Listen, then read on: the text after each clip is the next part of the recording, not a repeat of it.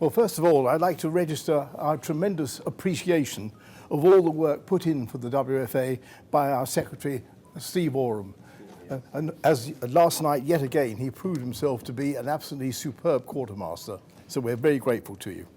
And then again, we also owe a great thanks to Bruce Simpson, who is our genial and always upbeat leader. And I think he does a great job for us in moving the association forwards. And I think we also want to thank Ralph Lomas for making such a super job of the bulletin. It really does, it is a splendid production these days. And I'd also like to take the opportunity of expressing our gratitude to our Armistice Day team, in alphabetical order, Stuart Bufton, Les Carter and Maurice Johnson. It's thanks to them that it's always such a splendid and extremely moving occasion. So I hope all this will be therefore registered in the minutes of the meeting. And now for your President's very brief, and I do promise you, very brief address. Now, I'm always humbled in the presence of any of our outstanding Great War historians, like John Bourne and Gary Sheffield, who sadly have gone, and Peter Simpkins, who hasn't been here this time. They have devoted a lifetime's professional study to the Western Front, the British Army, and its commanders who fought there.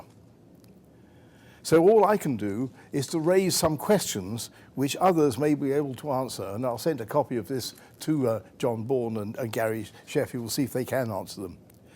Today, the questions relate to Haig's outline plan in 1916 and again in 1917 for sweeping exploitations of the hoped-for initial breakthroughs. In the case of the Battle of the Somme, Haig explained his plan in a General Staff letter a fortnight before Z-Day. He said, if the enemy resistance broke down, the British advance was, and I quote him, was to be pressed eastwards far enough to enable our cavalry to push through into open country beyond the enemy's prepared lines of defence. Our object then will be to turn northwards, taking the enemy lines in flank and reverse, the bulk of the cavalry operating on the outer flank of this movement. Well, the letter mentioned Monchy-le-Preux as being a tactically important objective in this advance. And now, Monchy is about as far north as Arras, and it's about 25 miles from the start line of the Somme offensive. Now, this ambitious exploitation was allotted to Hubert Gough's reserve army, consisting of 3 infantry divisions and 3 cavalry divisions. And obviously, the cavalry corps was to lead this sweep to the north. Now, my question to the experts is this: what were the contingency logistical plans for this 35-mile advance by 6 divisions? What were the preparatory arrangements for establishing and resupplying forward depots? What quantity of rations for the troops and forage for the horses? What about the resupply of gun ammunition and small arms ammunition? And to say nothing about mobile workshops or forward dressing stations. And what about roads and rail links forward once this advance began? The first problem would have been the barrier presented by the bombarded battlefield itself. As you know, the conduct of the tactical battle required an immense effort in terms of road repair, plank roads, and light railways. And all that effort would have to be projected forward into open country until the open country was reached. And then what after that for routes for motor and horse transport? Now, I've trawled the official history volumes and appendices for the Somme, and I find nothing about contingency logistical preparations for this sweep to the north. Nor do I find anything in Martin Middlebrook's The First Day, or Peter Hart's The Somme, or Farrah Hockley's The Somme. Surely Haig and GHQ did not expect Gough to improvise his logistics in the course of a rapid advance. So what I would ask is there any documentary evidence, perhaps down to divisional level, as to what plans and preparations were made?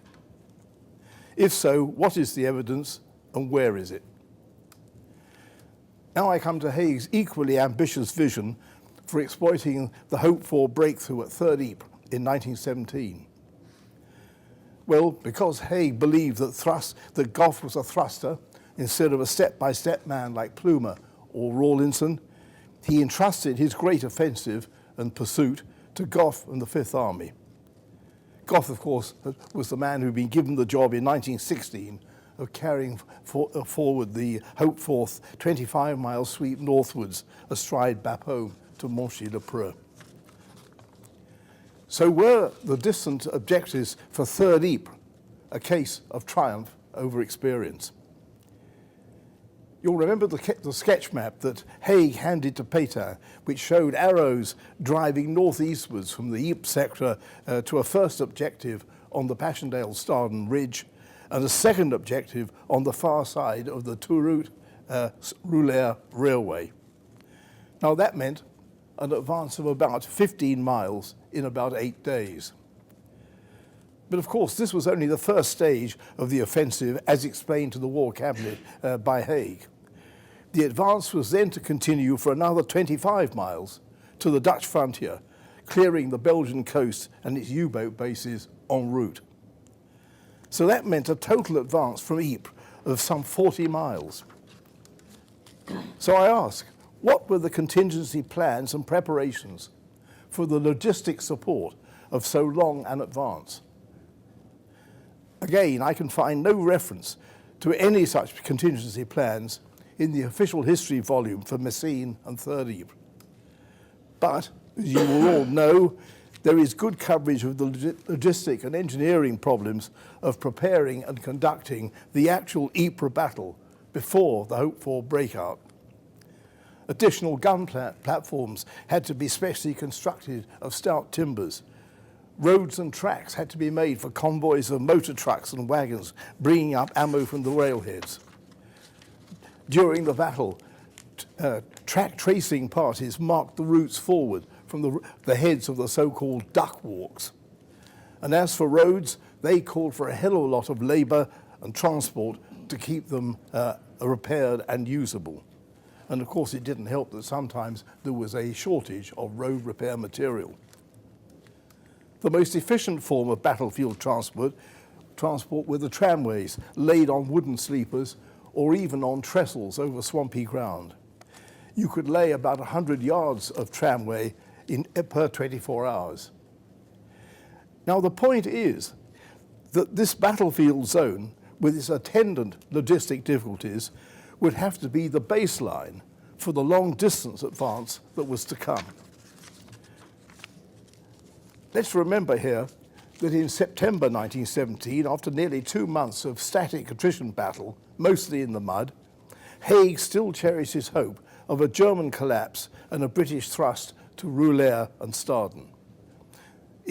He ordered all available British strength, including 5 cavalry divisions, to be readied for this advance if the opportunity should serve. So the old question poses itself again. What contingency plans were made now by Plumer and Gough regarding the logistics of this hoped-for advance? Again, I find references in the official history to logistic preparations for the Battle of Broodseinde and Poel-Capelle in October, including a footnote about tanks using the macadamized St. Julian Poel-Capelle road once the shell craters had been filled up with timber or fascines. But what I don't find, I found nothing about any logistic preparations for an advance into open country, or if you like, the green fields beyond, as the Tank Corps motto has it. So I wonder, can our experts help to answer these questions? All I will say is that in my own judgment, the far-reaching advances envisaged by Haig in 1916 and 1917 would in all likelihood have been gravelled by the sheer scale and nature of the logistic problems of keeping those advances going. In fact, unless there is hard evidence that contingency plans were prepared, I would begin to wonder if Haig and his staff had ever really believed in these grand visions of arrows across the map of France and Flanders. Thank you.